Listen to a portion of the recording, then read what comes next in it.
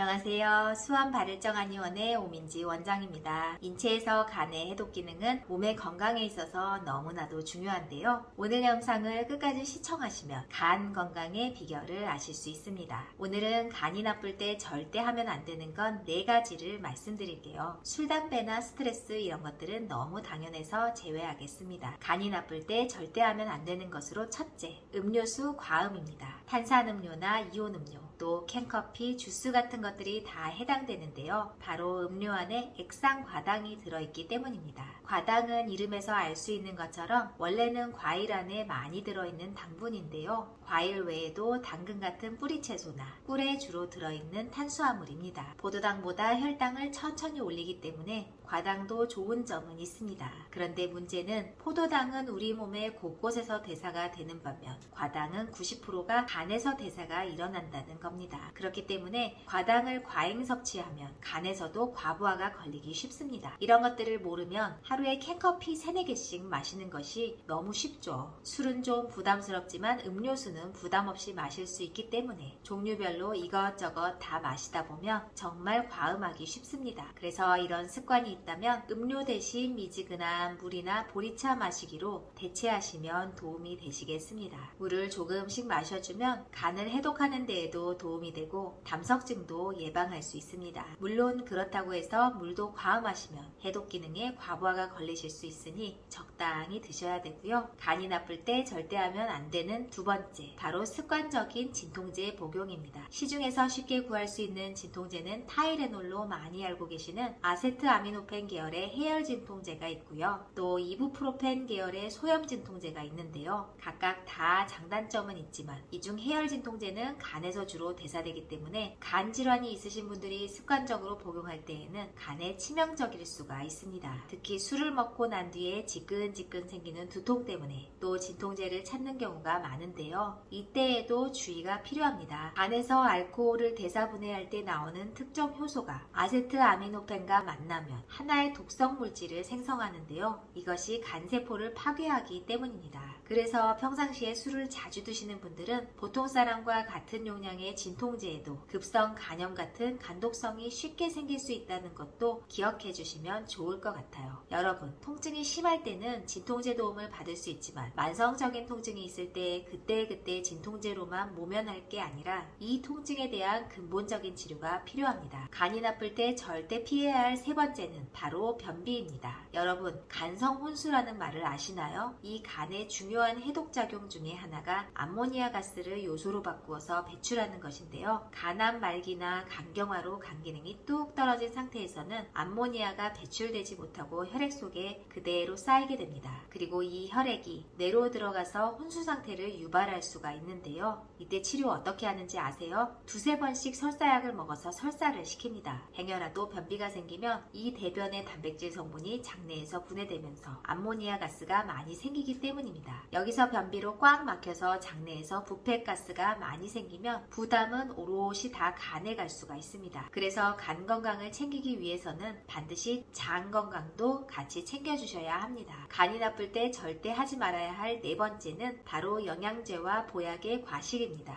영양제나 보약 자체가 나쁜 것은 아닙니다. 정말 필요한 영양제를 챙겨 먹는다면 건강관리를 하는데 많은 도움을 받을 수 있습니다. 단, 간 기능이 약하거나 콩팥 기능이 약하신 분들이 영양제 복용에 있어서도 원칙을 세워야 합니다. 요즘은 영양제가 좋다는 정보들이 너무나 많고 또 홈쇼핑을 통해서도 너무 쉽게 구할 수 있기 때문에 이런저런 영양제를 정말 한 주먹씩 드시는 분들이 너무 많습니다. 그런데 우리가 먹는 모든 것은 다 간에서 해독을 해야 합니다. 그렇기 때문에 과식도 간에 무리를 줄 수 있고 영양제나 보약을 과식하는 것도 말할 것도 없습니다. 특히 과음 후 간이 지친 상태에서 술을 먹고 난 다음에 뭐라도 좋은 걸 챙겨 먹어야 될 것 같다는 보상심리 때문에 영양제를 완전 먹방하시는 분들이 있습니다. 그런데 이것은 해독 기능을 바닥까지 떨어뜨리는 지름길입니다. 그래서 간에 무리가 덜 가는 것으로 꼭 필요한 영양제만 챙겨 먹자는 원칙을 세우시고요. 어떠한 영양제를 어떠한 조합으로 먹을 것인지는 전문가와 상의한 뒤에 복용하시는 것이 좋습니다. 보약도 마찬가지입니다. 그냥 내가 먹고 싶은 대로 드시는 게 아니고 한의원에서 정확한 진찰과 상담을 통해